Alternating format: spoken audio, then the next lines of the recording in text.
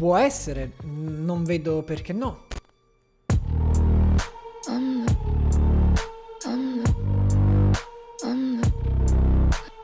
La domanda che però faccio io a voi è: tornereste nel team che vi ha scaricato dopo sole 6 gare nel 2019? Perché ti ha reputato non all'altezza? O semplicemente in quel momento gli giravano le scatole e quindi ti hanno fatto fuori?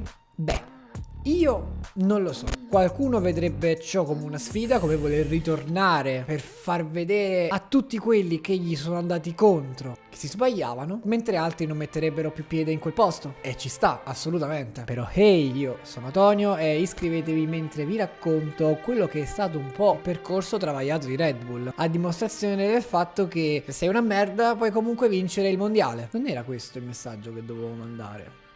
Però un po' lo penso, perché Gasly dopo solo 6 gare non poteva essere giudicato. Allora, il percorso di Pierre Gasly è un ottimo percorso, ha vinto la GP2 con la Prema alla sua seconda stagione. È importante questa cosa perché durante tutto il suo percorso ha sempre avuto un anno di ambientamento in tutte le categorie. Ne ha vinte tante, è arrivato secondo in Super Formula perché poi è un ragazzo che ha spulciato tutte le categorie Formula, la Super Formula e anche la Formula E, e in più in parallelo alle 2 stagioni in GP2 e la GP2 praticamente la Formula 2 ha cambiato nomenclatura nel 2017, ha corso anche come terzo pilota per 2 stagioni Red Bull. Quindi a parlarne così, Pierre Gasly è un pilota che ha vinto, si buttava a destra e a sinistra, è un lavoratore, cioè è un gran pilota, soprattutto in virtù dei risultati 2020 e 2021. Però per Red Bull nel 2019 non era lo stesso. Ma andiamo per gradi, partiamo addirittura dal lontano 2016, perché la politica Red Bull è opinabile,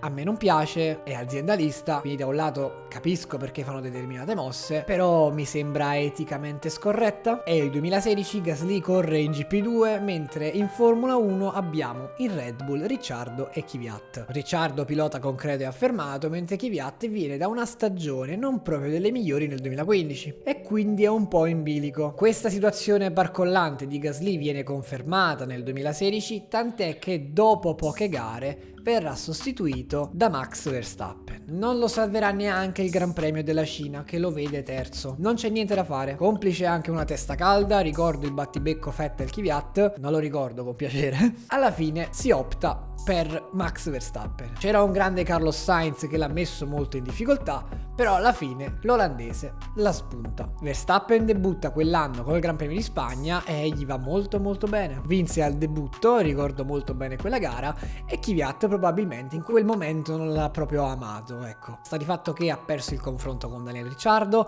ha perso il confronto con Max Verstappen fin da subito, fin dalla prima gara, e ha perso anche il confronto con Carlos Sainz. Quando è sceso in Toro Rosso per dar spazio a Max Verstappen, anche lì i risultati non sono stati poi così tanto buoni. Si arriva al 2017, la coppia piloti Verstappen-Ricciardo sembra convincere e quindi la Red Bull non ha interesse ai 2 piloti Toro Rosso. Sainz aveva fatto bene, però ormai era con la testa in Renault e Kvyat viene definitivamente scaricato dalla Red Bull. Però Daniel Kvyat ha avuto la possibilità di mettersi in gioco. Ha avuto tutta la stagione 2015 e parte della stagione 2016. Perché dico ciò? Perché Verstappen spodesta Ricciardo dalla posizione di primo pilota e infatti nel 2019 non sarà più l'australiano ad affiancare Verstappen, ma sarà Pierre Gasly. Quest'ultimo, dopo aver fatto uno straordinario campionato in Formula 2 e un ottimo campionato in Super Formula dove arriverà secondo, aveva convinto. Inoltre era anche terzo pilota Red Bull, si immaginava potesse andare bene. Le prime gare dissi, cavolo, Gasly è un po' una mezza tacca, perché vedi il confronto Mercedes, Red Bull, Ferrari che sono sempre un po' concatenati e Gasly era sempre sesto, quinto, settimo,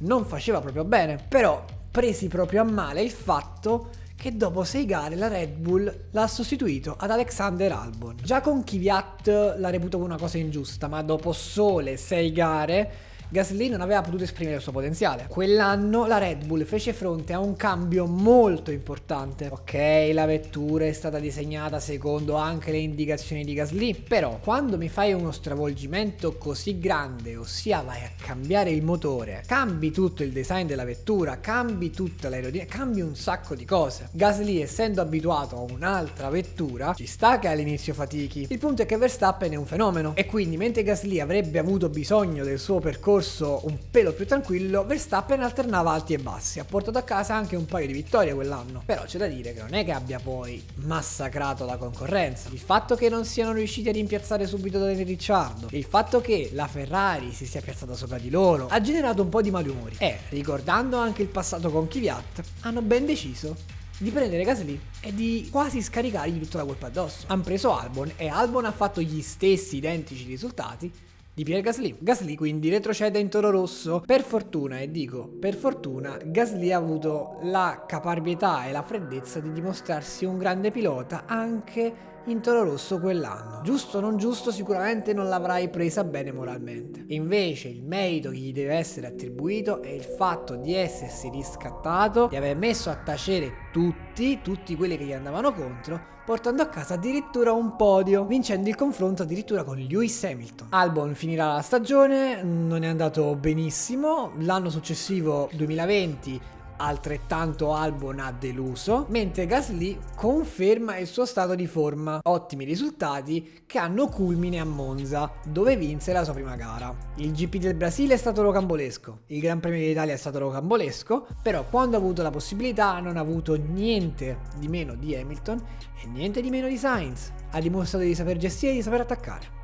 Solo in questi due Gran Premi. Nel 2021, ossia la stagione scorsa, migliorerà ulteriormente la sua posizione in classifica e il punto culmine lo troviamo a Baku, terza posizione straguadagnata, ripartiti in pista all'ultimo giro superando Charles Leclerc e tenendolo dietro. Vettura non al massimo per Charles Leclerc, tutto quello che volete voi, però intanto l'ha superato e l'ha messo dietro. Ma alla fine Albon che morte ha fatto? Ha fatto la stessa fine di Kvyat e di Gasly. Può riscattarsi nel 2022, ma dei tre chi ha avuto la peggio e chi probabilmente è il più forte è proprio Pierre Gasly. La domanda è lecita: tornereste in Red Bull dopo che sai che all'interno di quel team tu sei soltanto componente nucleo fondante dei soldi di quell'azienda? Che per carità non è un male, spesso questa politica porta a vincere, ha quasi funzionato quest'anno con Verstappen, l'essere stati un po' cattivi ha portato a prendere Perez, che è stato protagonista o personaggio secondario di un mondiale che ha visto vincere il suo compagno di squadra, quindi nel bene o nel male ha aiutato. Però la domanda è lecita: a questo punto perché non puntare a McLaren, perché non puntare ad Alpine?